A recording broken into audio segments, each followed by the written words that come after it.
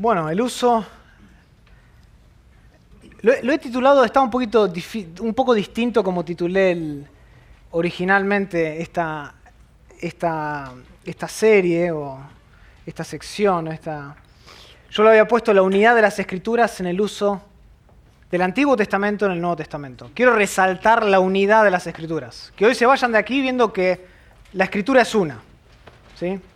Ahora, el uso del Antiguo Testamento en el Nuevo Testamento es, sin lugar a dudas, uno de los aspectos más difíciles de la interpretación bíblica. Muchas veces permanecemos atónitos ante la manera en que los autores del Nuevo Testamento interpretan al Antiguo. Hay una aparente peculiaridad en su modelo interpretativo que nos incomoda. No nos gusta a veces. Y nos obliga sinceramente a hacernos ciertas preguntas que son necesarias para la interpretación bíblica. Por ejemplo, ¿qué criterio utilizaron los autores del Nuevo Testamento a la hora de leer la Biblia? ¿Cuál fue su criterio? ¿Respetaban el contexto original de los pasajes que citaban o que aludían? ¿O se tomaban la libertad de reinterpretar el sentido que los autores daban en el Antiguo Testamento? Otra pregunta, ¿podemos seguir ese mismo modelo interpretativo hoy en día? ¿Sí o no? ¿Hasta qué punto debemos buscar significados que parecen ser escondidos en el Antiguo Testamento? Y como si algunos vieron el video que hice para la promo de la conferencia, ¿por qué esforzarnos tanto por manejar la Biblia con diligencia si los mismos autores del Nuevo Testamento no parecen respetar su naturaleza infalible? No parecen. Estas son algunas preguntas y esta tarde no voy a responder directamente a cada una de estas preguntas. En vez de eso voy a concentrarme en las presuposiciones válidas de la interpretación bíblica. Presuposiciones válidas de la interpretación bíblica. ¿Cuáles son aquellos aspectos que se dan por sentado como base de nuestro modelo interpretativo? ¿Cuáles son esos aspectos que damos por sentados? Y esos aspectos válidos de la interpretación bíblica. Si nosotros no examinamos los motivos que tomamos como base para interpretar la Biblia primero, será muy difícil comprender cómo los autores del Nuevo Testamento interpretan el Antiguo. Antes de criticarlos a ellos, debemos primero mirarnos a nosotros mismos. Y mi anhelo es, esta tarde, que al analizar las siguientes 4 presuposiciones de interpretación bíblica, contestemos las preguntas recién mencionadas de manera indirecta. ¿Está bien? Así que ese va a ser más o menos la metodología que vamos a seguir esta tarde. Y vamos a terminar con un ejemplo práctico. El ejemplo práctico de 1 Corintios 10:4. Así que primero vamos a ir a través de las presuposiciones de interpretación bíblica, analizarnos a nosotros mismos, ver si son válidas, y después criticar o mirar el uso del Antiguo Testamento en el Nuevo Testamento. La primera presuposición que debemos tener, la primera presuposición válida de interpretación bíblica, la inspiración de la Biblia. La inspiración de la Biblia. La principal razón, hermanos, por la que interpretamos la Biblia es nuestro deseo ¿de qué? De conocer a Dios, de escuchar a Dios, ¿no es cierto? La Biblia fue escrita, y lo saben, fue escrita a lo largo de un periodo de más de 1500 años y por 40 autores humanos. No obstante, el resultado no fueron meros textos humanos, sino las palabras del mismísimo Dios. Hay un aspecto divino en las palabras que está inseparable y misteriosamente entretejido en cada versículo de nuestras Biblias. Esto es lo que afirma 2 de Timoteo, si tienen sus Biblias, y lo conocen, 2 de Timoteo 3:16. ¿No? Toda la Escritura es ¿qué? Inspirada por Dios. Toda la Escritura es exhalada por Dios. Asimismo, segunda de Pedro 1:21 dice, ninguna profecía fue dada jamás por un acto de voluntad humana, sino que hombres que, inspirados o impulsados por el Espíritu Santo, hablaron de parte de Dios. O sea, el Espíritu Santo obró de manera misteriosa sobre cada uno de los autores humanos de la Biblia para que se consignaran palabras inerrantes en los documentos originales de la Biblia. ¿Estamos bien? ¿Todos de acuerdo? En otras palabras, la Biblia fue guardada de error en su registro original por el ministerio del Espíritu Santo.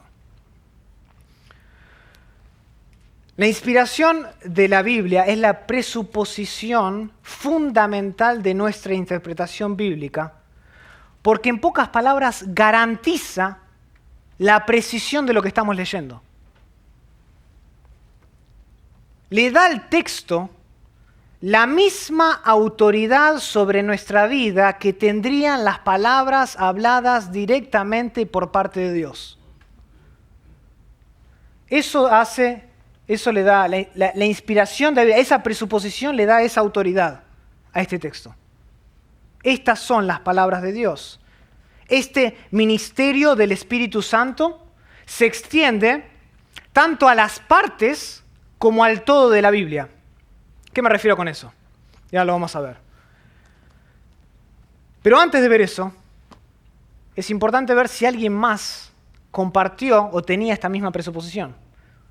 Claramente Cristo tenía esta presuposición en su modelo interpretativo. Al usar el Antiguo Testamento, Cristo le dio mérito a su inspiración. Sus propios argumentos dependían de la integridad de los pasajes del Antiguo Testamento. Por ejemplo, cuando él se encontró con Satanás en el desierto, ¿no? Mateo 4, él desechó cada uno de los argumentos apelando al libro de ¿qué? De Deuteronomio. Lo hizo en el capítulo 4 de Mateo, versículo 4, versículo 7, versículo 10. Cada una de las citas de Deuteronomio que él usó demostraron que Cristo no solo reconocía la autoridad inerrante de ese libro, del libro de Deuteronomio, sino también que Cristo mismo se sujetaba a la verdad e integridad de ese libro. Un capítulo más tarde, en Mateo 5, Cristo afirmó que sus enseñanzas no eran antagónicas con la ley mosaica o con el mensaje de los profetas. Noten, Mateo 5, versículo 17, no penséis que he venido para abrogar la ley o los profetas. No he venido para abrogar, dice, sino para cumplir. Porque de cierto os digo que hasta que pasen el cielo y la tierra, ni una jota ni una tilde pasarán de la ley hasta que todo se haya cumplido. Palabras habladas por el mismo Señor Jesucristo. Ahora noten que al principio del versículo 17, Cristo utiliza la frase que la ley y los profetas, para referirse al Antiguo Testamento por completo. Esta frase era común, pueden ver en Mateo 7:12, 11:13, 22:40, Lucas 16:16 y así sucesivamente. Todo en el Nuevo Testamento vemos la ley y los profetas como referencia al Antiguo Testamento por completo. Ahora, eso hace en el versículo 17. En el versículo 18, noten lo que dice Jesús. Él enfatiza que aún las letras de la Biblia están inspiradas. No se perderá, o sea, el primero dice la ley y los profetas, el todo por completo, y se somete a eso. Y después en el próximo versículo dice, no se perderá, y yo tengo otra traducción aquí, ni la letra más pequeña, ni una tilde de la ley hasta que todo se cumpla. La letra más pequeña se refiere a la letra hebrea Yod, para los que tomaron hebreo conmigo, algunos acá, ¿sí? La cual se parece a un apóstrofe en español. ¿Ok? diminuto, chiquito. Ahora, la tilde es una diminuta también extensión en una de las letras hebreas que distingue dos letras del mismo idioma. Un equivalente en español sería, imagínense, no tengo acá un pizarrón para escribir, un equivalente en español sería la O mayúscula y la letra Q mayúscula. La única diferencia entre las dos es una pequeña patita que las distingue. En estos versículos, entonces, Cristo no solo afirmó la inspiración de todo el Antiguo Testamento, sino también los pequeños detalles, los más diminutos, que éste contiene. Ahora, esto es, hermanos, determinante para nuestra interpretación bíblica. ¿Qué quiero decir? No podemos nosotros tener una presuposición más baja de la Biblia que la de Cristo. No podemos. Su punto de vista debe ser nuestro punto de vista, ya que Él, y esto es muy interesante, ya que Él, siendo la revelación perfecta de Dios a los hombres, Él mismo acudió y se sometió a la revelación especial de Dios a los hombres.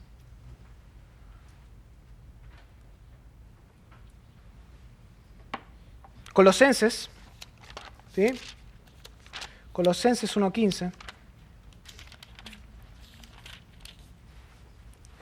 Él es la imagen del Dios invisible, el primogénito de toda creación. Él es la imagen del Dios invisible. Hebreos capítulo 1, versículo 3.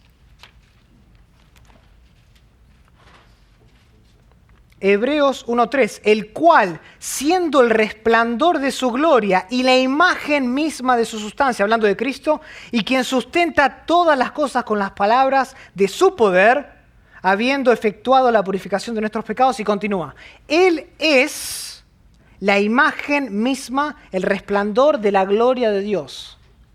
Y Él, siendo lo que es, se sujetó y acudió a la revelación especial de Dios a los hombres. Si Cristo tenía esta presuposición, ese debe ser nuestro punto de partida. Que la Biblia, en este caso, Cristo acudió al Antiguo Testamento, es inspirada, ambas partes, por Dios, en su todo y en sus partes, aún las más diminutas. Segunda presuposición, la intención del autor. Y van a empezar a notar que van a ser y, me gusta aliterar. Así que la inspiración de la Biblia, la intención del autor debe ser la segunda presuposición. Y esta presuposición de la interpretación bíblica está intrínsecamente relacionada con la anterior. Va de la mano.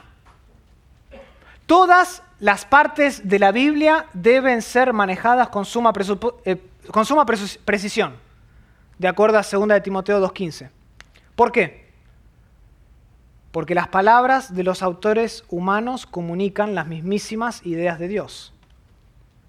Cada palabra escrita por los autores humanos fue plenamente la palabra que Dios quería que se escribiera en ese texto. Ni más ni menos. La Biblia entonces está unida de manera inextricable con su autor divino. No los podemos separar. Su significado, como dice Juan 10:35, no puede ser ¿qué? No puede ser quebrantado su significado, porque la intención de los autores humanos es la intención ¿de quién? De Dios. Y es precisamente en esta intención unificada, tanto de los hombres humanos como la intención divina, que radica el significado legítimo de la Biblia. Allí radica el significado legítimo de la Biblia. Nuestra tarea como intérpretes es descubrir ese significado. Y para hacerlo es indispensable que nos preguntemos qué quiso decir el autor, tanto el humano como el divino. ¿Qué quiso decir el autor? Esa debe ser una de nuestras preguntas a la hora de interpretar la Biblia. ¿Por qué debemos preguntar eso? Porque Él es el que controla Él es el que determina el significado del texto, no nosotros. Nosotros solo nos sometemos, nos ponemos debajo de las Escrituras, nos sometemos al designio de sus palabras. Es muy peligroso, hermanos, desvincularse del sentido que el autor pretendió dar al texto que escribió. Eso solo desencadena una serie de consecuencias negativas para el intérprete mismo. Permítanme darles un ejemplo. Supongamos que me llega una factura de la compañía eléctrica, un bill, una factura, por $250 americanos. Ahora, cualquier parecido con la realidad es mera coincidencia. Uso demasiado el aire acondicionado. Me llega una factura de $250 para este mes. ¿Tengo acaso yo la libertad de determinar el significado de la factura? ¿Puedo modificar el monto a pagar? Claro que sí. Sí lo puedo hacer. Yo puedo interpretar el texto como yo quiero. Yo puedo cambiar el monto y darle el sentido que quiera. Pero pronto lo tendré que hacer a oscuras porque la compañía eléctrica me va a cortar el servicio de luz.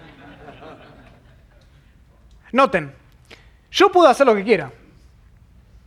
Pero si no me someto a la interpretación, al significado legítimo, a la intención del autor, hay repercusiones negativas para mí como intérprete.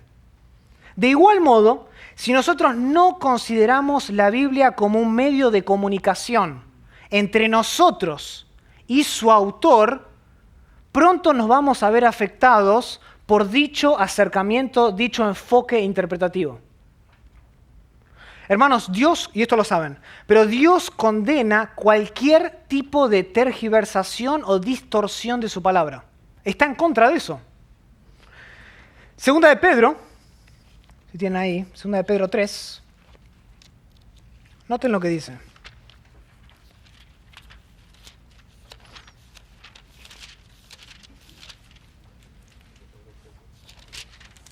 Segunda de Pedro, capítulo 3.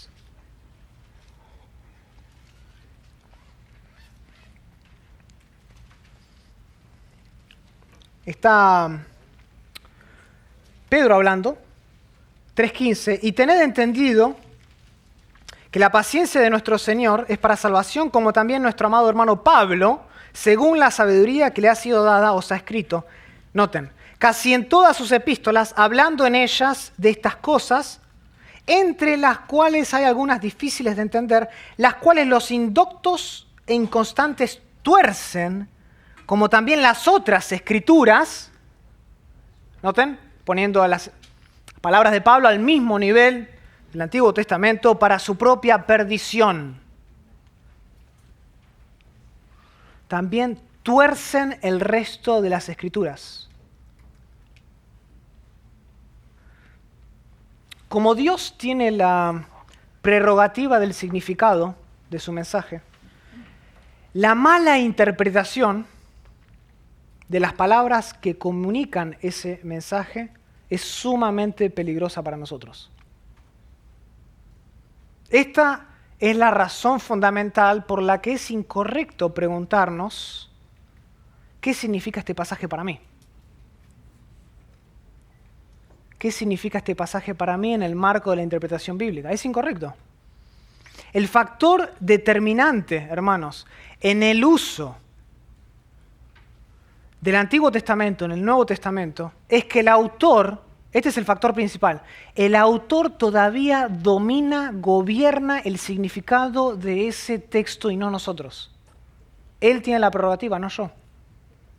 Nuestro papel, entonces, es similar al papel de Cristo Jesús.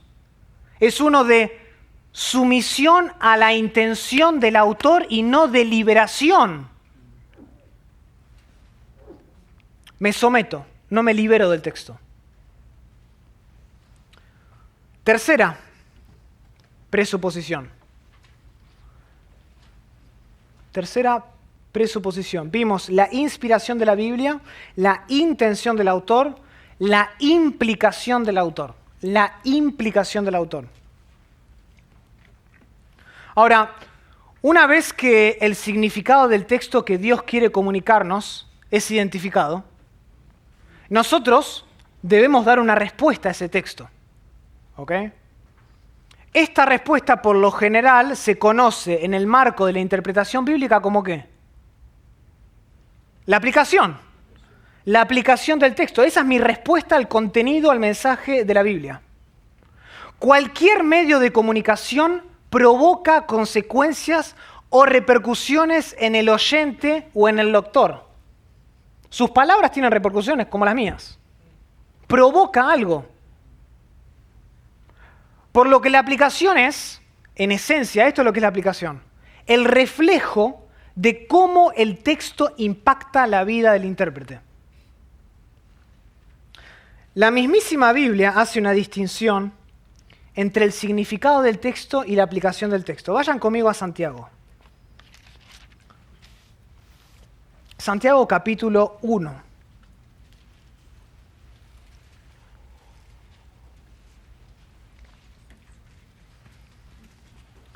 En Santiago 1, la misma Biblia hace esta distinción.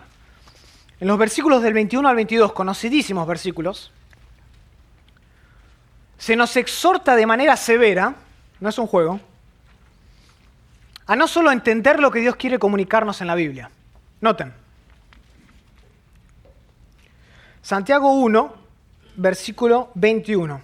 Por lo cual, desechando toda inmundicia y abundancia de malicia, recibid con mansedumbre la palabra implantada, la cual puede salvar a vuestras almas. Pero sed que, hacedores de la palabra y no tan solamente oidores, engañándoos a vosotros mismos. Es decir, según Santiago, no basta con prestar atención a lo que dice el texto. Ahora, aunque el énfasis de este pasaje recae sobre la necesidad de practicar la palabra, ambos elementos son necesarios.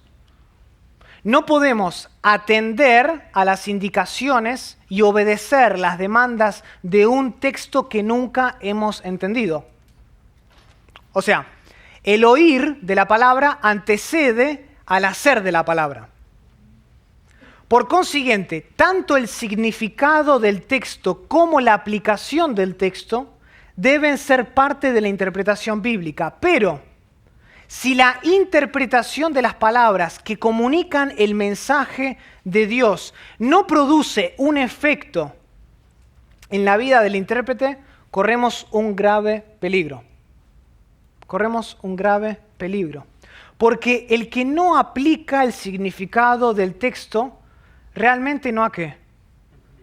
No ha recibido, como dice el versículo 21, la palabra, y por extensión, si no ha recibido la palabra con humildad, no ha experimentado lo que dice el versículo 18, el nuevo nacimiento, noten.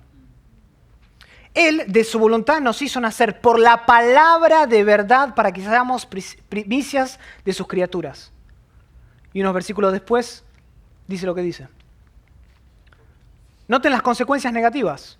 El que no aplica el significado del texto realmente no ha recibido la palabra con humildad y por consecuencia o por extensión no ha experimentado el nuevo nacimiento.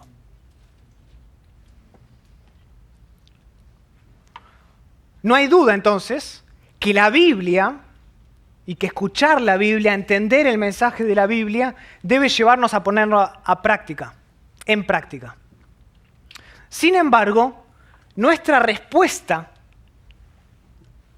al significado del texto no siempre es válida. Nuestra aplicación del texto no es siempre buena. Por naturaleza, la aplicación del texto es mucho más subjetiva en comparación al significado del texto porque varía según la situación de vida de cada persona. La aplicación del texto que yo puedo hacer en mi vida es distinta a la aplicación del texto que tú puedes hacer en tu vida. Varía. Filipenses 4:13 es un claro ejemplo de esto. Todo lo puedo en Cristo que me fortalece. Este es quizás uno de los pasajes más amados y más citados de toda la Biblia. Pero lamentablemente se lo conoce más por su aplicación imprudente que por su mensaje intencionado.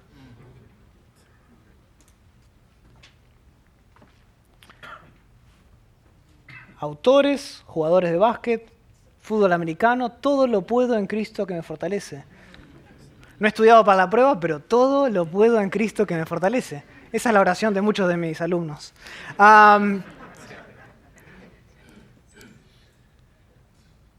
La respuesta al significado que el autor quiso darle al texto ha sido y continúa siendo y continuará siendo abusada excesivamente.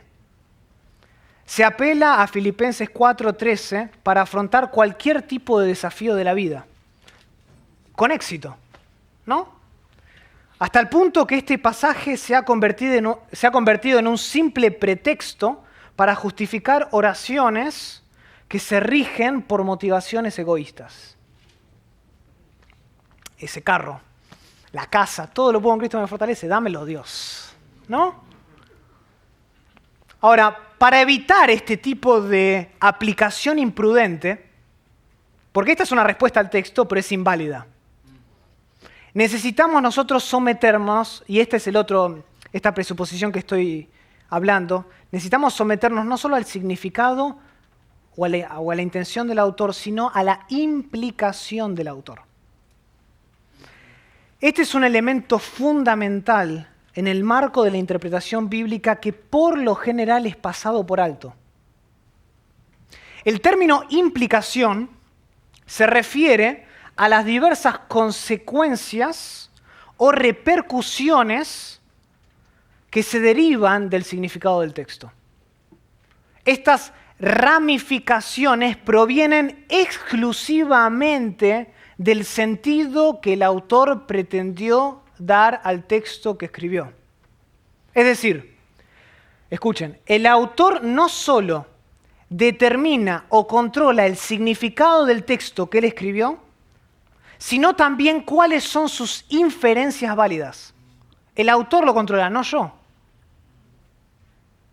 Su intención se proyecta más allá de las palabras que comunican su mensaje, estableciendo los parámetros mismos de las respuestas que él desea.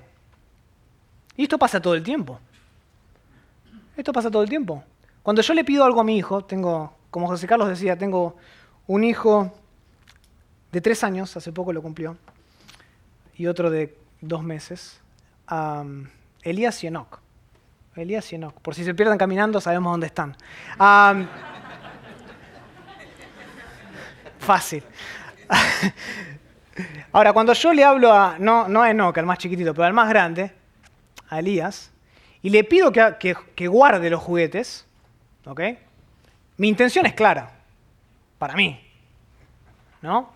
La intención es que él guarde los juguetes para comer el dulce que él quiere. Ahora, él puede interpretar esa orden, no guardar los juguetes. Esa es su respuesta a aplicación del significado que yo le doy. Y su respuesta es inválida. Va en contra de mi intencionalidad. Por lo tanto, va a tener que recibir algún tipo de castigo. Disciplina. Ahora, si él obedece, si él se somete a mi intención, y por consiguiente su obrar, su respuesta, encaja con la implicación que yo le di, genial, ha obedecido a lo que yo quería que él haga. Cuando estamos hablando del uso del Antiguo Testamento en el Nuevo Testamento, esto es crucial. Porque el hecho de que un autor del Nuevo Testamento aluda, o que el hecho de que él cita un pasaje del Antiguo Testamento, no significa necesariamente que él está determinando el significado del texto, o le está dando una reinterpretación. Él puede estar haciendo otra cosa. Puede estar aplicando las inferencias o ramificaciones del sentido original del autor. No se preocupen, yo sé que estas palabras pueden ser un poquito agobiantes. Eventualmente lo vamos a ver en el ejemplo claro de 1 Corintios 10. Pero lo único que garantiza, quiero que se queden con esto, lo único que garantiza que la aplicación del texto sea bíblica es que esa aplicación debe estar dentro del rango de implicaciones que el autor le quiso dar al texto. Cuarta presuposición. Espero no estarlos perdiendo, ¿sí? No traje dulces para que se levanten. Pero la cuarta presuposición e interpretación bíblica es la intertextualidad de la Biblia. Una palabra un poquito complicada. La intertextualidad de la Biblia. Es de máxima importancia para nosotros comprender la intención y la implicación del autor. Sin embargo, nuestra interpretación bíblica se va a ver afectada si no contamos con un entendimiento claro de la intertextualidad de la Biblia. Por intertextualidad yo me refiero, de modo general, a la relación de copresencia entre dos o más textos. Es decir, ya sé, acá están todos muy confundidos, pero lo que estoy diciendo es, ningún texto existe por sí solo. Ninguno. Un texto siempre está construido sobre previos textos. De alguna manera, los textos están interconectados, están vinculados y por ende mantienen entre sí una relación de reciprocidad. La principal forma de intertextualidad en la Biblia es lo que conocemos como cita. ¿Sí? La cita. No cuando su marido lo saca a comer, no es eso la cita.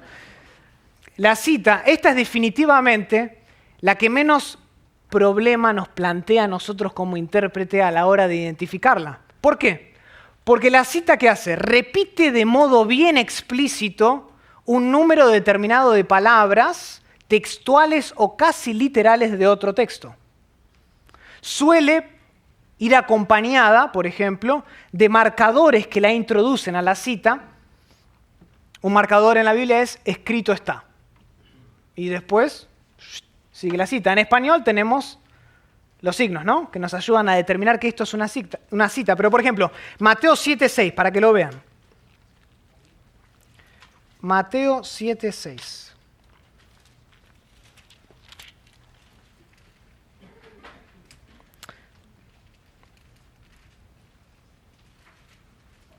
Perdón, no Mateo, Marcos.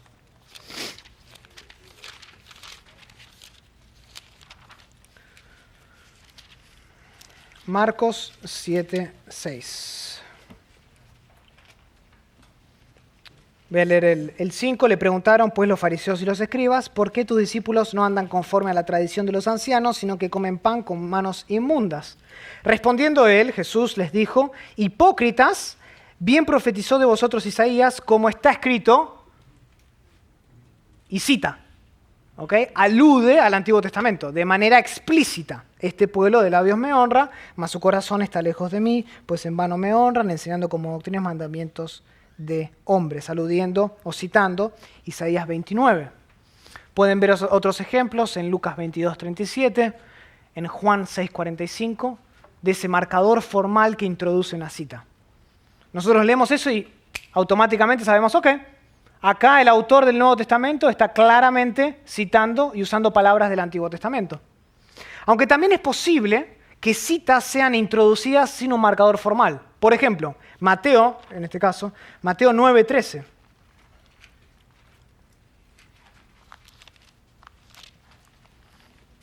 Mateo 9:13.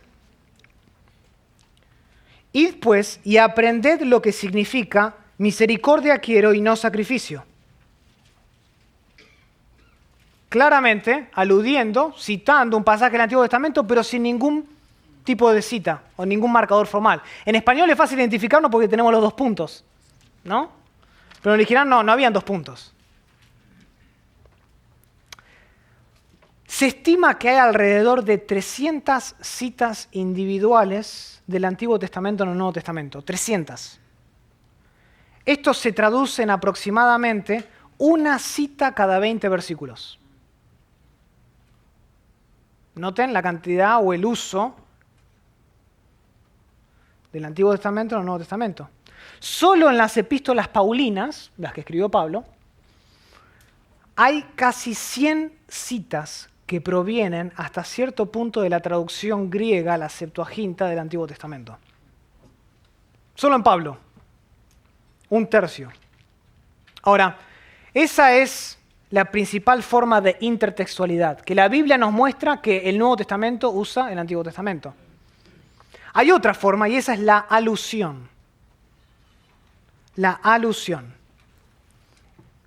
Esta no es tan fácil de discernir, no es tan fácil de identificar. Es más fragmentaria que la cita y no se enuncia de manera explícita de dónde se tomó. Sin embargo, sigue siendo lo suficientemente manifiesta para que pueda ser reconocida por la audiencia a la que se está escribiendo o al lector. La clave para la identificación de una alusión es el reconocimiento de algún tipo de paralelismo único en la redacción, en la sintaxis, en el concepto, en el conjunto de temas, siguiendo el mismo orden, algún tipo de estructura del Antiguo Testamento. Por ejemplo, Romanos 5. Romanos capítulo 5. Romanos capítulo 5, versículo 12. Noten. Por tanto, como el pecado entró en el mundo por un hombre, y por el pecado la muerte, así la muerte pasó a todos los hombres por cuanto todos pecaron. Pues antes de la ley había pecado en el mundo, pero donde no hay ley no se inculpa de pecado. No obstante, reinó la muerte desde Adán hasta Moisés, aún en los que no pecaron a la manera de la transgresión de Adán, el cual es figura del que había de venir. Ok, Pablo escribe Romanos 5, y obviamente él hace una alusión ¿a qué pasaje del Antiguo Testamento? Génesis capítulo 2 y 3. Ahora, no es necesario los dos puntos, no es necesario como está escrito. Él alude y nos damos cuenta por el contenido que él está aludiendo a Génesis 2 y 3. Y Pablo ni siquiera repite de modo explícito Génesis 2 y 3, ni lo introduce con un marcador formal. Asimismo, otro pasaje que no vamos a ver, pero otro pasaje que es clave en esto es Hechos capítulo 7. Allí hay claras alusiones al Antiguo Testamento que no son citadas por Esteban en su discurso, pero claramente se apoyan en el Antiguo Testamento. Es parte de su lógica, de su razonamiento. Debido a que la identificación de una alusión, como dije, tenemos la cita y la alusión, es en buena parte dejada en manos del lector, la cantidad de alusiones en el Nuevo Testamento no es fija. No podemos determinar fijamente, ok, esta es la cantidad de alusiones. Hay listas de alusiones que varían de 400 alusiones a 4000 alusiones en el Nuevo Testamento, por distintos autores. Ahora, no importa ahora si hay 400, 500, 4000. Lo que quiero decir con todo esto es que tal uso extensivo del Antiguo Testamento indica que la Biblia está relacionada orgánicamente en todas sus partes. Esto de esperarse, ¿por qué? Porque el autor es divino, su autor es Dios. Tiene la misma intención desde el Antiguo hasta el Nuevo. No se modifica. Asimismo, este uso extensivo también indica que los autores humanos del Nuevo Testamento estaban muy familiarizados con el Antiguo Testamento. Pónganse a pensar. El Antiguo Testamento, para los autores del Nuevo Testamento, era su Biblia. Era su Biblia. Hay una fuerte continuidad entre ambas partes, entre el Antiguo y el Nuevo Testamento, y por ende deben ser leídos como un todo. No alcanza con solo, hermanos, identificar la referencia del Antiguo Testamento en el Nuevo Testamento. No basta con agarrar una concordancia o ver pasajes paralelos e identificarlos, como generalmente hacemos. Eso no alcanza. Esto es sumamente irresponsable de nuestra parte como intérpretes del mensaje que Dios nos está comunicando. ¿Por qué? Porque si solo lo único que hacemos es decir, bueno, acá en Romanos 5, Pablo está aludiendo a Génesis 2 y 3, y continúo con mi mensaje, o si en Hechos 7, digo que Esteban está aludiendo al Antiguo Testamento, y digo a estas citas, que las veo en la parte media de mi Biblia, no tengo ni que hacer la tarea, eso es irresponsable. ¿Por qué? Revela una disposición irreverente en nosotros, puesto que ni siquiera nos tomamos la molestia de considerar al Antiguo Testamento como un texto relevante.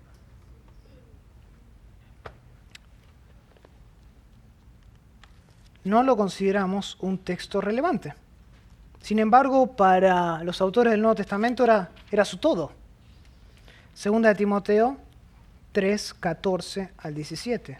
Pero persiste tú en lo que has aprendido y te persuadiste sabiendo de quién has aprendido, y que desde la niñez has sabido las sagradas Escrituras. El Antiguo Testamento. Las cuales te pueden hacer sabio para la salvación. El Antiguo Testamento puede salvar a alguien. ¿Amén? Por la fe que es en Cristo Jesús. Toda la Escritura es inspirada por Dios y útil para enseñar, para redarguir, para corregir, para instruir en justicia, a fin de que el hombre de Dios sea perfecto, enteramente preparado para toda buena obra. El Antiguo Testamento tiene ese fin. Entrenar, completar a una persona para que sea perfecto delante de Dios. Entonces, debemos estar atentos a la coexistencia más o menos reconocible de varios textos. Pero no solo a la coexistencia o el hecho de que el Antiguo Testamento pueda citar o aludir a un pasaje del Antiguo Testamento, sino que es posible que muchas veces el Nuevo Testamento cite o haga alusión a más de uno o dos pasajes. Tenemos que estar con nuestras antenas paradas. Con frecuencia, los autores del Nuevo Testamento entretejen, ¿sí?, una serie de textos del Antiguo Testamento junto a sus contextos. Esta cadena de pasajes, esta vinculación de pasajes, esta conexión de pasajes, es absolutamente clave en el marco de la interpretación bíblica. Nos sitúa a nosotros, los intérpretes, dentro de un espacio multidimensional donde una variedad de textos del Antiguo Testamento clarifican el significado del Nuevo Testamento. Esta red de relaciones intertextuales no es nueva en el ámbito de la interpretación bíblica. Siempre ha existido, no te hables con esta palabra. Siempre ha existido para aquellos que consideran que la Biblia comunica las mismísimas ideas y palabras de Dios, ya que enfatiza, lo que vengo enfatizando desde el principio, la unidad de la Biblia. Es orgánica, es una. Estas 4 presuposiciones, y ya estamos llegando al ejemplo, no se me duerman. Estas 4 presuposiciones de la interpretación bíblica son absolutamente cruciales para nosotros. ¿Ok? No solo nos ayudan a entender cómo se usa el Antiguo Testamento en el Nuevo Testamento, sino también, y esto es importante, nos dejan entrever, nos revelan el modelo interpretativo que los mismos autores del Nuevo Testamento tenían. Al citar o al aludir al Antiguo Testamento con tanta frecuencia, ellos, los autores del Nuevo Testamento, noten, demostraron su ¿qué? Su confianza en la autoridad de la Biblia. Inspiración de la Biblia. La primera presuposición, infalibilidad. Cada cita, cada alusión revela el compromiso de los autores del Nuevo Testamento con la inspiración de la Biblia. Entonces, si Cristo citó, si Cristo aludió, si Cristo se sometió y si Pablo o Jacobo o Santiago aludieron, citaron al Antiguo Testamento, no nos queda otra. Nos sometemos a la inspiración de la Biblia. Y a raíz de esta presuposición sobre la veracidad del Antiguo Testamento, los autores del Nuevo construyen el Nuevo Testamento. Se apoyan ellos en la veracidad del Antiguo Testamento, en la inspiración del Antiguo Testamento para construir el Nuevo Testamento. ¿Cómo lo construyeron exactamente? Sobre la intención original de los autores del Antiguo Testamento. Segunda presuposición. Se apoyaron ellos en la intención original de cada pasaje. En ningún momento usted puede encontrar alguno de estos autores del Nuevo Testamento cuestionando el significado de un pasaje que se cita o se alude. En ningún momento. Puede ser difícil de entender, pero en ningún momento un autor del Nuevo Testamento repudia un pasaje del Antiguo Testamento. Ellos siempre buscaron someterse al sentido que el autor pretendió dar en el texto que escribió. En otras palabras, honraban ellos con su modelo interpretativo el sentido y las prerrogativas del autor y respondían en obediencia ¿a qué? Tercera presuposición, a las implicaciones establecidas en el texto y con frecuencias desarrolladas por el mismo autor u otros autores del Antiguo Testamento en otros pasajes. No se tomaban ningún tipo de libertad indebida, sino que ellos se acataban al legado interpretativo de sus antepasados. Dicho de otro modo, cuarta presuposición, la intertextualidad de la Biblia era para ellos, los autores del Nuevo Testamento, una condición indispensable de la interpretación bíblica. Una condición indispensable de la interpretación bíblica. Su modelo interpretativo estaba basado en estas cuatro presuposiciones.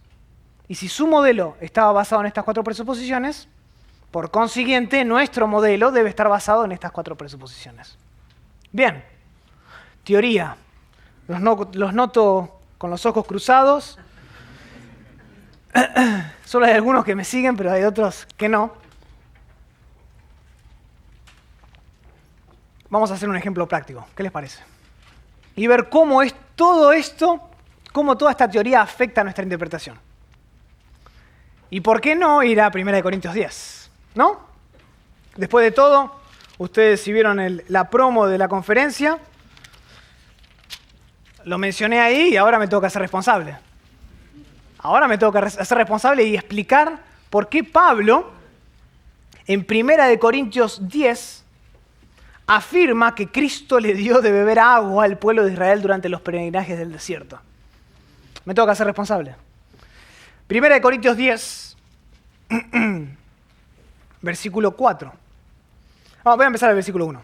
Porque no quiero, hermanos, que ignoréis que nuestros padres todos estuvieron bajo la nube, y todos pasaron el mar, y todos en Moisés fueron bautizados en la nube y en el mar, y todos comieron el mismo alimento espiritual, y todos bebieron la misma bebida espiritual, porque bebían de la roca espiritual que los seguía, y la roca era Cristo.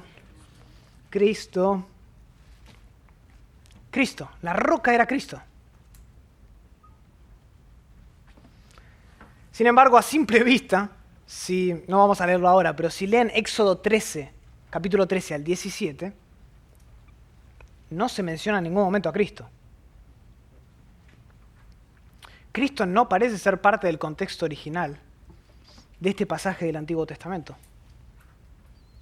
Es más, noten esto, Moisés ni siquiera hace referencia a una roca acompañando al pueblo de Israel, como dice Pablo.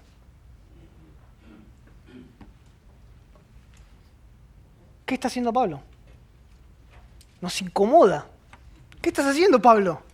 Lo estás sacando fuera de contexto, alegorizando el texto, reinterpretando el texto, buscando, encontrando un significado y encontrando a Cristo en cada pasaje del Antiguo Testamento. A la luz de estas aparentes incongruencias, algunos intérpretes han concluido que Pablo, muchos hacen esto, hizo uso de una tradición rabínica que sostenía que una roca literal seguía a Israel en el desierto y les abastecía con agua cuando la necesitaban. Si ustedes compran un comentario del Nuevo Testamento, de Primera de Corintios, van a 1 Corintios 10, lo más probable es que encuentren alguna alusión a esa tradición rabínica,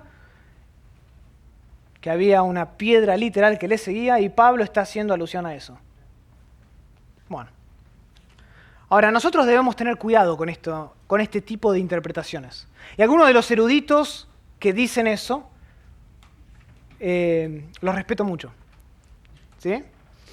Pero debemos tener cuidado con este tipo de interpretaciones que dependen casi exclusivamente de tradiciones extrabíblicas antiguas. En efecto, lo que se está comunicando de manera implícita, ¿ok?, es que Pablo no es responsable de esta interpretación rara del texto. Pablo no es responsable de esta interpretación. Pablo solo se está adhiriendo y utilizando una interpretación de sus contemporáneos, dicen. Esta explicación del uso de Éxodo 13:17 en 1 Corintios 10 compromete la integridad de Pablo como intérprete bíblico. La compromete. Porque fomenta una especie de determinismo histórico mediante el cual se lo retrata a Pablo como un simple derivado de la interpretación común de su tiempo. Pablo interpretó Éxodo 13:17 de esa manera y se acató a la tradición rabínica, dicen algunos, porque era la interpretación de su tiempo. ¿Qué le vamos a hacer? ¿No? Ahora, el hecho de que los contemporáneos de Pablo lean el Antiguo Testamento sin considerar el contexto original no implica que Pablo haya adaptado necesariamente ese mismo método interpretativo. Eso es una falacia. Hay varios pasajes que afirman en el Nuevo Testamento que los autores humanos de la Biblia no solo discernían, sino también resistían las normas culturales de su tiempo. Varios pasajes. Deuteronomio 4:18, vemos algunos en el Antiguo Testamento. Romanos 12:2, 1 Timoteo 1:4, Tito 1:14, 1 de Pedro 4:1-5. Pasajes que muestran que no se sometían, sino que discernían y resistían las normas culturales. Si eso era cierto, ¿por qué no de la interpretación bíblica? Ahora, dicho esto, es posible que Pablo, y me van a matar en cualquier momento, es posible que Pablo haya hecho uso de una tradición en 1 Corintios 10. De una tradición. Pero esperen, no se queden ahí. Esta tradición que Pablo utilizó no era rabínica, sino bíblica. Una tradición bíblica teológica. Vayan conmigo a Deuteronomio 32 y vamos a desempacar este uso. Deuteronomio capítulo 32.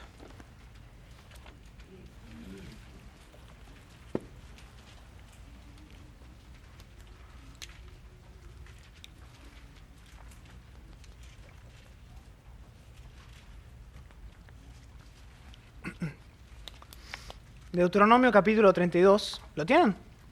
Bueno, noten esto. Versículo 1. Este es el cántico de Moisés. ¿Sí?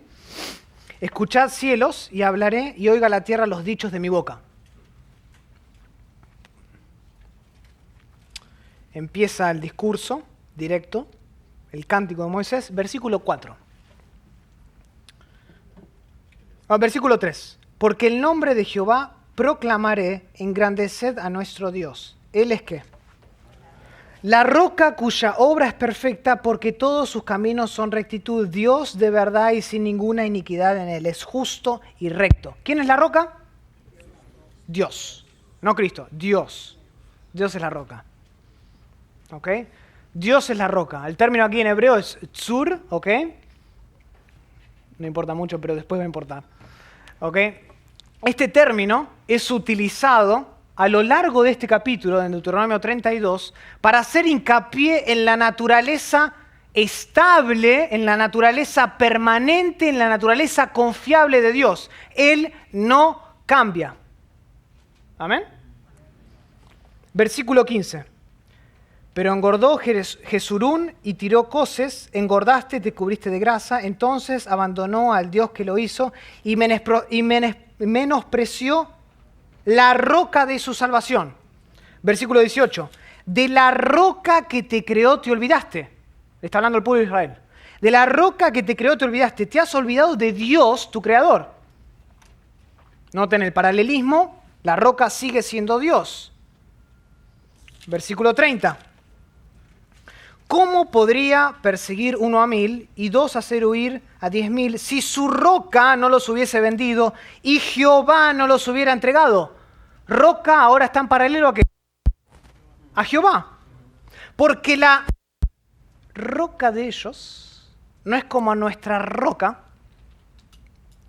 y aún nuestros enemigos son de ellos jueces. Y ahora vamos a...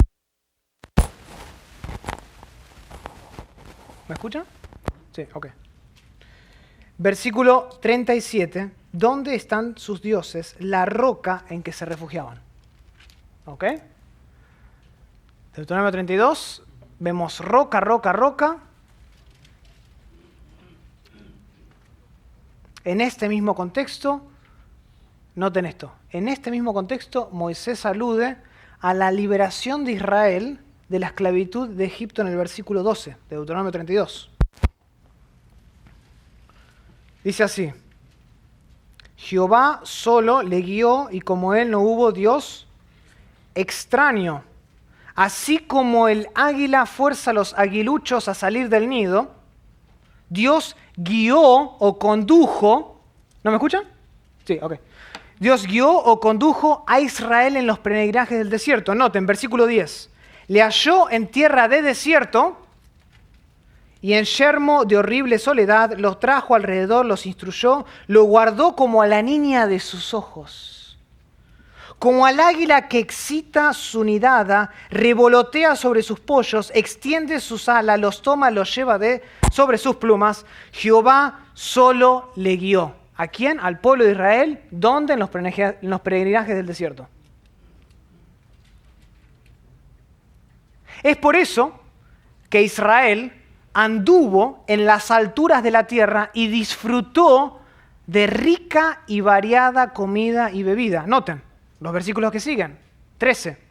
Lo hizo subir sobre las alturas de la tierra, capaces de conquistar, y comió los frutos del campo, e hizo que chupase miel de la peña y aceite del duro pedernal, mantequilla de vacas y leche de ovejas con grosura de corderos y carneros de Basán. También machos cabríos con lo mejor del trigo y de la sangre de la uva bebiste vino. Los saca, los mantiene en el desierto con vida, les da alimento, el mejor alimento, ¿no? Pero a pesar del cuidado constante y de la prosperidad prometida, el pueblo de Israel desprecia ¿a quién? A la roca. Versículo 18. De la roca que te creó te olvidaste, te has olvidado de Dios tu creador. Israel rechaza la roca. A la roca que le dio vida. A la roca que lo mantuvo con vida por todo el desierto. A la roca que los introduce a la tierra prometida. ¿Y qué hacen? ¿Encontraste? Rechazan a la roca y se refugian en otras rocas. No tienen juego de palabras. En el versículo 37 ya lo leímos. Y dirá, ¿dónde están sus dioses? La roca en que se refugiaban. Versículo 32, porque la roca de ellos no es como nuestra roca. Y pueden ver que en sus Biblias posiblemente hay una roca, la R no está en mayúsculas, ¿sí? Esa es la roca que se refiere a los dioses, ¿sí? Y la roca con mayúsculas se refiere a Dios, contextualmente. Hay un juego de palabras entre la roca siendo Dios, el verdadero Dios de Israel, y la roca en que el pueblo de Israel se refugió, que eran otros dioses. O sea, Moisés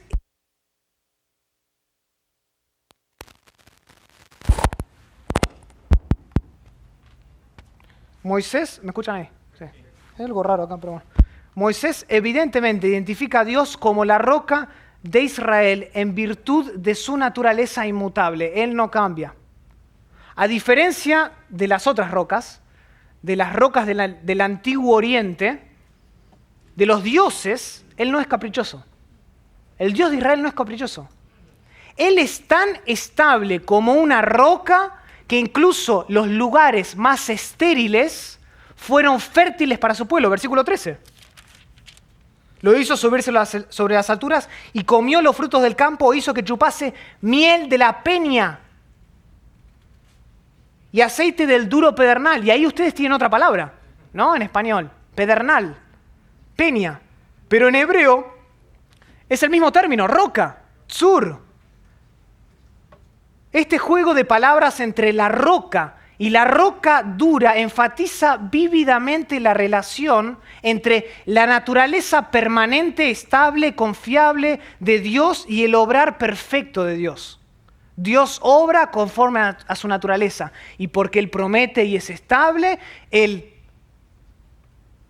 da de comer incluso de los lugares más impensados.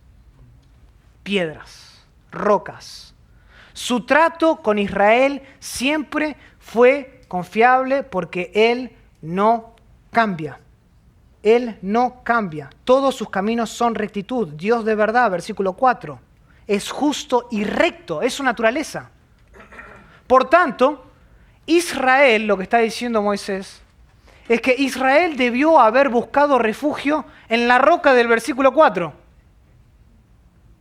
En vez de en la roca de ellos, de los versículos 30 al 31 y versículo 37. ¿Por qué? ¿Cuál es el argumento de Moisés? No pierdan de vista esto. Él le dice, ustedes tendrían que haber confiado en la roca del versículo 4, el Dios de Israel, y no en sus propias rocas, porque las rocas más duras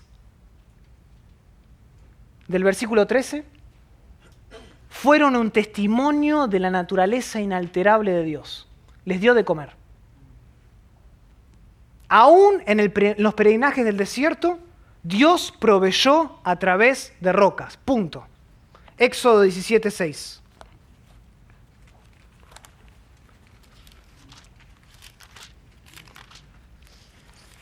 Éxodo 17:6. He aquí que yo estaré delante de ti, allí sobre la peña, la roca en Horeb, y golpearás la peña y saldrán de ellas aguas y beberá ¿el qué? El pueblo. Y Moisés lo hizo así en presencia de los ancianos de Israel. Números, capítulo 20, versículo 8.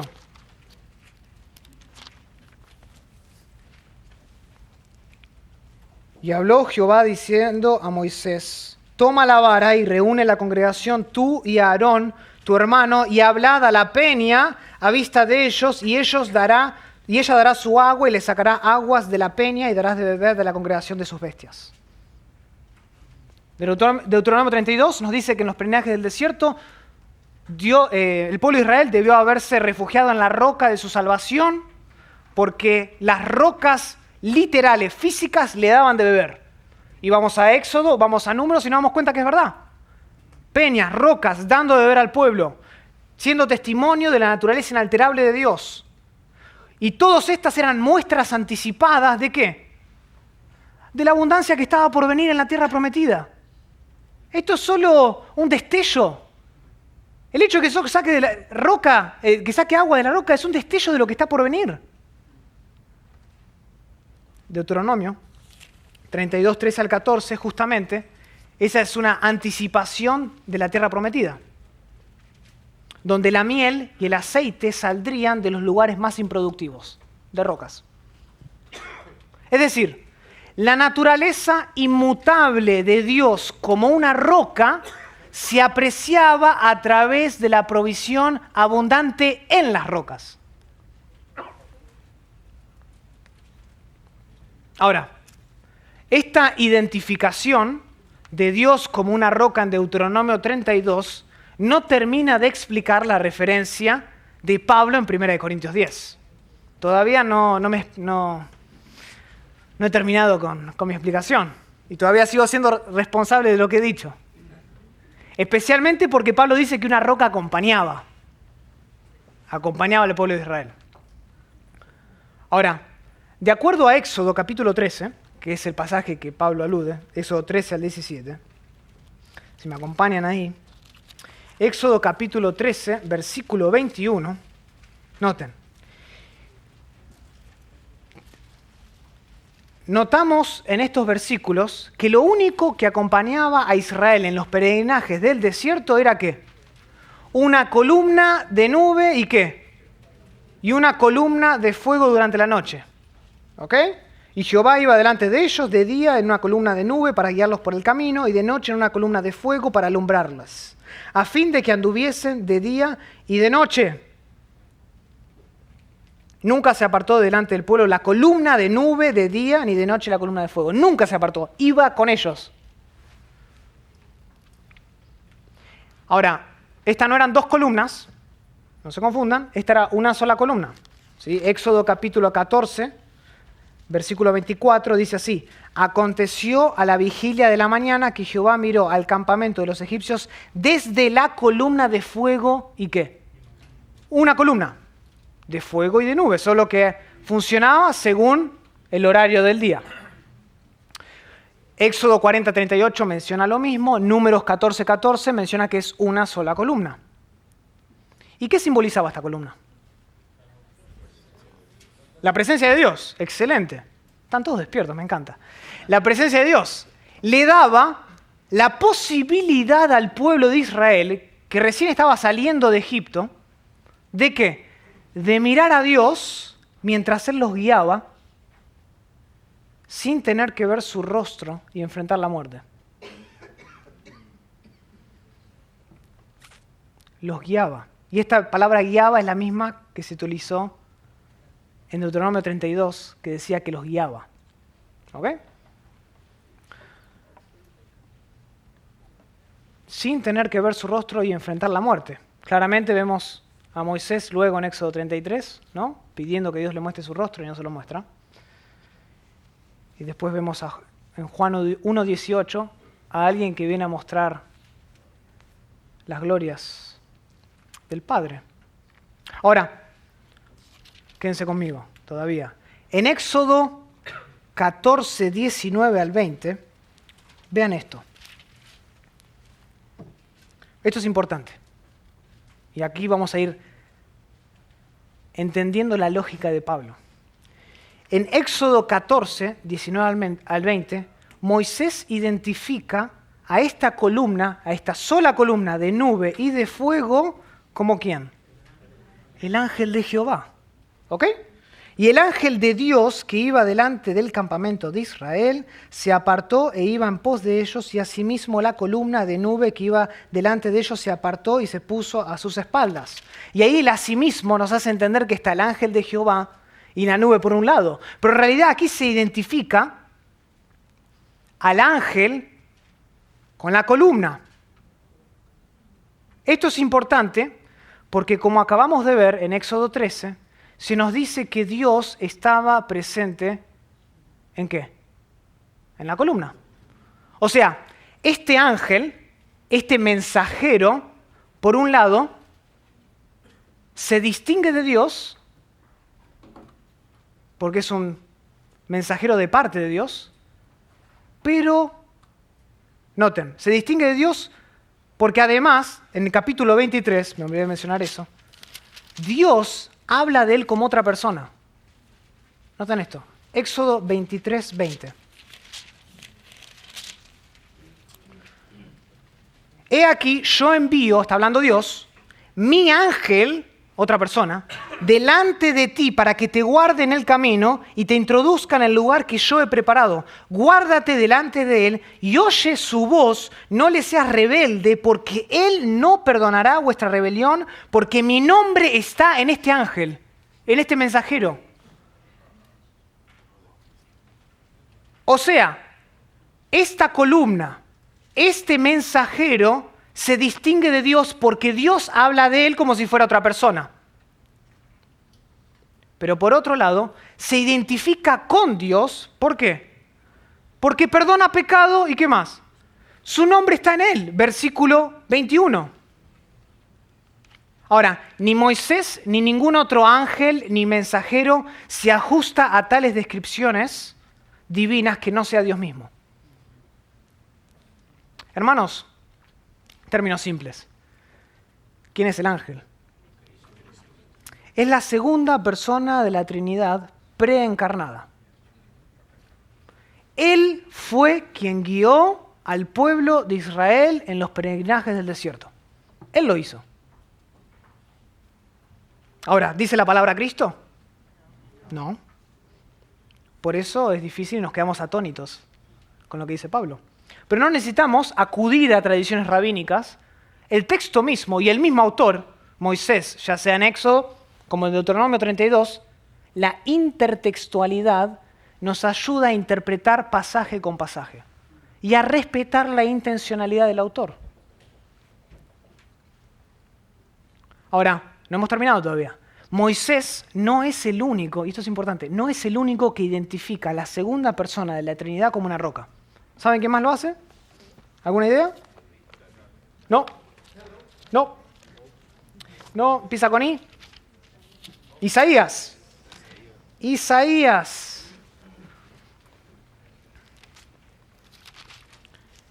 Y por esto digo que es importante no solo decir, ok, aquí Pablo en 1 Corintios 10:4 acude o alude a Éxodo 13:17, eso es irresponsable, hay que explicar.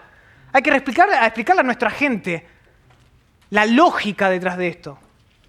El hecho de que Pablo respetaba la inspiración de la Biblia. Isaías, capítulo 48. Porque aquí en Isaías, capítulo 48, Isaías no solo identifica a la segunda persona de la Trinidad como una roca, sino que él mismo apela al mismo juego de palabras de Deuteronomio 32 en referencia a la restauración futura del pueblo de Israel. Mismo juego de palabras de Moisés. Éxodo 48, versículo 20.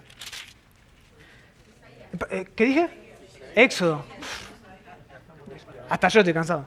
Isaías capítulo 48, versículo 20. Salid de Babilonia, huid de entre los caldeos, dad nuevas de esto con voz de alegría, publicadlo, llevadlo hasta lo postrero de la tierra. Decid que redimió Jehová a Jacob su siervo. Escuchen.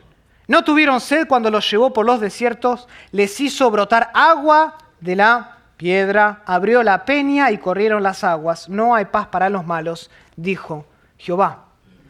Noten, Isaías 48 retrata a Dios como ¿quién? Como la roca, aquel que va a suplir y que va a satisfacer las necesidades de Israel de la misma manera que lo hizo en el pasado con la generación de Moisés. ¿Ok?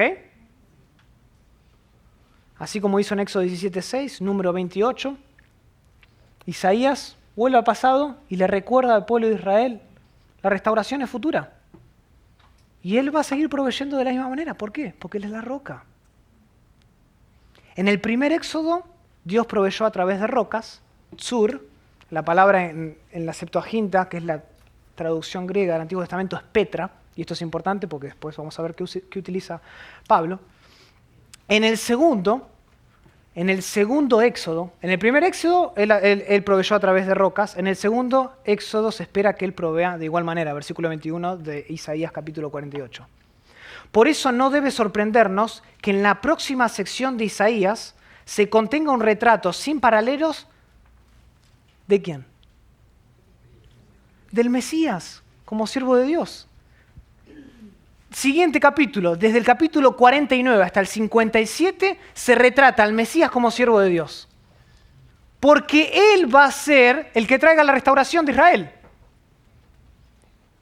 Dios va a utilizar a esta roca, al Mesías, para traer salvación a su pueblo. Por eso no nos sorprende lo que sigue. Ahora, esta identificación de la roca como la segunda persona de la Trinidad es aún más explícita, porque acá no es lo suficiente, pero es aún más explícita en Isaías capítulo 28. En Isaías capítulo 28, versículo 16. Noten, Isaías capítulo 28, versículo, vamos a leer el 15. Por cuanto habéis dicho, pacto tenemos, hecho con la muerte, hicimos convenio con el Seol, cuando pase el turbión del azote no llegará a nosotros, porque hemos puesto nuestro refugio en la mentira, interesante palabra, y en la falsedad nos esconderemos. Por tanto, Jehová el Señor dice así, he aquí, yo he puesto en Sión por fundamento una piedra, piedra probada, angular, preciosa, de cimiento estable, el que creyere, no sé qué, apresure. Ahora, aquí la palabra en hebreo para piedra, ¿sí?, es otra, no es tsur, pero no se preocupen, no se preocupen. Aquí la palabra es eben, ¿ok? Y Dios pone por fundamento en Sión una piedra como base de la salvación física y espiritual de todo aquel que cree en ella. Suena bastante como Salmo 118, 22, que alude al Mesías, pero no nos vamos a meter ahí en ese momento. Aunque el término piedra, aquí, eben, es diferente a roca, tsur, Isaías utiliza ambos títulos, ambas palabras para describir a Dios en Isaías capítulo 8. Esto se pone interesante.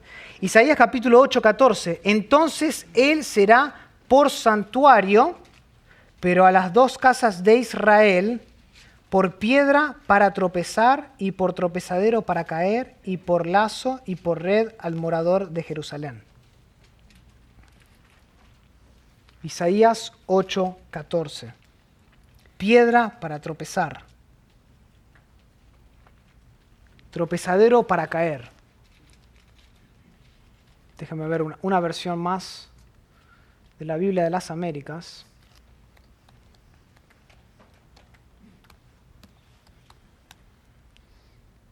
Entonces Él vendrá a ser santuario, pero piedra de tropiezo. La Biblia, la Reina Valera no traduce las dos piedras, no utiliza los dos términos, pero están los dos términos en hebreo. La de las Américas dice, pero piedra de tropiezo y roca de escándalo para ambas casas de Israel. Y se está refiriendo a Dios. Ahora, esto crea una tensión similar a la que vimos anteriormente en Éxodo capítulo 23. La piedra, Eben, la piedra, por un lado es Dios, pero por otro lado se distingue de Dios. Isaías está tomando las mismas implicaciones del significado original descritas por Moisés en Éxodo capítulo 13, 17, explicadas en Deuteronomio 32, para describir la restauración futura del pueblo de Israel por medio de la misma piedra, Eben, que guió a la primera generación en el desierto. Al igual que en los peregrinajes del desierto, esta piedra será un testimonio de la naturaleza inalterable de Dios en el segundo Éxodo. Pues esta piedra va a exaltar la naturaleza estable, la naturaleza permanente y confiable de Dios a pesar de la naturaleza caprichosa de su pueblo. La primera generación, lo vimos, se refugian en otras rocas. Isaías capítulo 28, versículo 14, noten, por tanto, he aquí que nuevamente, 28, 14. Por tanto, varones burladores que gobernáis a este pueblo que está en Jerusalén, oíd la palabra de Jehová, por cuanto habéis dicho, noten lo que estaban diciendo estos burladores, pacto tenemos hecho con la muerte, han hecho un pacto, así como Dios hizo un pacto con su pueblo, ellos hicieron un pacto con la muerte, e hicimos convenio con el Seol, con otros dioses. Cuando pase el turbión del azote no llegará a nosotros porque hemos puesto nuestro refugio en la mentira y en la falsedad nos esconderemos. Isaías, ¿qué dije yo? Isaías 28, está bien. A través de esta piedra, Dios impartirá justicia, ¿no? Versículo 17 de Isaías, capítulo 28. Y ajustaré el juicio a cordel y a nivel la justicia, y granizo barrerá el refugio de la mentira, y aguas arrollarán el escondrijo. Dios impartirá justicia sobre todos aquellos que han hecho de la mentira su ¿qué? Refugio. Refugio. Similar a lo que vimos en Deuteronomio 32, capítulo 30 al 31, cuando la primera generación busca refugio en otras rocas. Pero los que tomen refugio en esta roca no serán perturbados. Noten lo que dice el Salmo rapidito. Salmo 62. Y ya estamos terminando, no se preocupen. Salmo 62. Salmo 62, versículo 7. En Dios está mi salvación y mi gloria, en Dios está mi roca fuerte y mi ¿qué? Y mi refugio. Mismas palabras. Mismas palabras. Los que buscan refugio en esta piedra, ¿qué? Capítulo 2. Versículo 2, perdón, de capítulo 62. Él solamente es mi roca y mi salvación, es mi refugio, no resbalaré. No seré perturbado, como dice Isaías 28, 16. Versículo 6 de Salmo 62. Él solamente es mi roca y mi salvación, es mi refugio, no resbalaré. Este gobierno justo del cual habla Isaías para el segundo Éxodo es una de las características del reinado de ¿quién? Del Mesías. La piedra aprobada, como dice Isaías 9, del 6 al 7 e Isaías 11, 4. Ahora, el Nuevo Testamento confirma esto. Cristo es el testimonio supremo de Dios. En Él se cumple todo lo que el Antiguo Testamento ha dicho acerca de la naturaleza estable, permanente y confiable de Dios. Pueden verlo en Romanos 9:33, Romanos 10:11, 1 de Timoteo 1:16. Por eso Pablo afirma lo que afirma en 1 de Corintios 10:4, que Cristo le dio de beber agua a Israel durante los peregrinajes del desierto. Él no está haciendo un uso de una tradición rabínica, hermanos. Él no es cautivo de lo que otros pensaban en ese tiempo y no le queda otra. Él tampoco se está tomando la libertad de interpretar Éxodo 13:17 sin considerar la intención original de Moisés. Todo lo contrario, Pablo adopta el mismo modelo interpretativo de Isaías que desarrolla las implicaciones del sentido que Moisés pretendió dar en Éxodo 13 al 17 y Deuteronomio 32. Todo está conectado. Y la Biblia se explica a sí misma. Por tanto, su respuesta al significado como intérprete, Pablo, del texto es válida. ¿Por qué? Porque se somete a lo que Moisés e Isaías quisieron decir en referencia a la roca en el Antiguo Testamento. Él no está alegorizando el texto. Él está siguiendo el mismo legado interpretativo.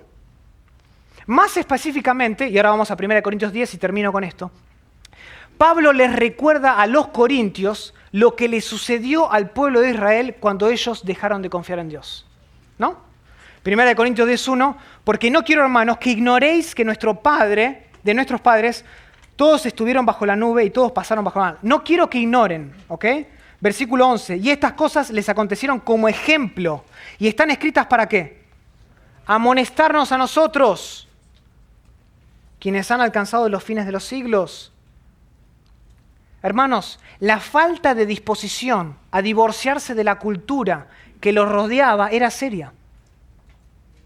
Era seria. Si los corintios seguían continuando, si ellos continuaban despreciando a la roca de esta manera, por lo cierto, en 1 Corintios 10:4, la roca es Petra, el mismo término que se utiliza antes en el Antiguo Testamento. Si ellos continuaban despreciando a esta roca con su inmoralidad, perecerían de la misma manera que el pueblo de Israel en los peregrinajes del desierto. Noten, lo pueden leer más después, ven los pecados, 1 Corintios 10, del 6 al 10. Iban a haber pecados de idolatría, ¿sí? De tentación, de murmuración, de fornicación. Era difícil para ellos divorciarse de la cultura.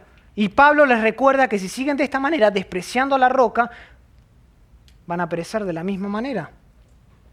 Van a perecer de la misma manera. Versículo 5. Pero de los más de ellos no se agradó Dios, por los cuales quedaron postrados en el desierto.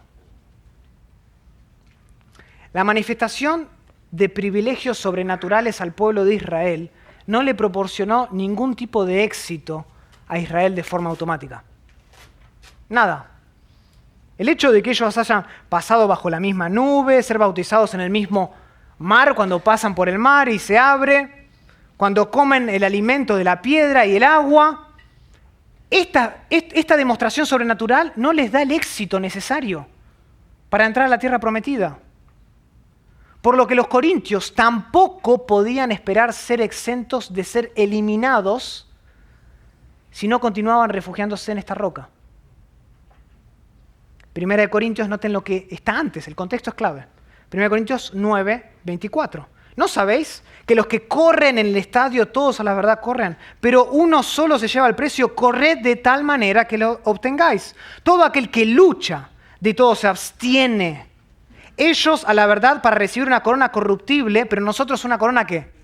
Incorruptible. Así que yo de esta manera, dice Pablo, corro no a la aventura. De esta manera peleo no como quien golpea al aire, sino que golpeo mi cuerpo y lo pongo en servidumbre, no sea que, habiendo sido heraldo para otros, yo mismo venga a ser ¿qué? Eliminado. Pablo dice eso. Pablo dice eso. Es necesario que se divorcien de la cultura, de la inmoralidad, de la fornicación. No vayan a hacer que queden eliminados. El hecho de que hayan gustado por la fe a Cristo Jesús no significa inmediatamente el éxito. Uno debe someter su cuerpo. Por eso Pablo, ¿cómo termina en el versículo 13? Amamos este versículo, ¿no? Pero ahora lo entendemos contextualmente. Note lo que dice en el versículo 13. No os ha sobrevivido ninguna tentación que no sea humana, pero ¿qué? Fiel es Dios, que no os dejará ser tentados más de lo que podáis resistir, sino que dará también juntamente con la tentación la salida para que podáis soportar. Por eso Pablo dice que Dios es fiel en el versículo 13. Solo en Dios pueden confiar porque su trato con Israel siempre fue confiable. Su naturaleza inmutable, no cambiable, se revela en Cristo, la roca en quien los corintios deben refugiarse en busca de satisfacción plena. Por eso Pablo dice que Dios es fiel. Miren para atrás. Dios ha sido fiel. Confíen en la roca. Confíen en la roca. No nos queda mucho tiempo, con esto terminamos. Pero así, ahora entendemos un poquito más el contexto de 1 Corintios 10. Y estas mismas presuposiciones son compartidas. No las creamos nosotros, no las creé yo. Son las mismas presuposiciones de los autores del Nuevo Testamento, aún de Cristo, al entender el Antiguo Testamento. Déjeme orar. Querido Padre, te damos gracias porque tu palabra es inspirada, tu palabra es inerrante, es autoritativa. Tu intención está en las páginas de la Biblia porque tú eres un solo autor, el autor de todas ellas. Las implicaciones son claras. Y hay una relación intertextual, orgánica en todas esas partes. Porque proceden de ti, Padre. Ayúdanos a entender este texto, el texto del Nuevo Testamento. Ayúdanos a entender el uso del Antiguo Testamento en el Nuevo Testamento. Ayúdanos a entender la lógica, la interpretación bíblica, el marco por el cual los autores del Nuevo Testamento utilizaban el Antiguo Testamento. Gracias, Padre, por tu fidelidad, que no solo la demostraste en el primer peregrinaje de Israel en el desierto, sino que la prometiste para el segundo éxodo de Israel. Gracias por habernos dado a Cristo, el que guió a la primera generación, al prometido para la segunda generación. Señor, y el que nos guía a nosotros hoy. Oh Padre, cuán fiel eres.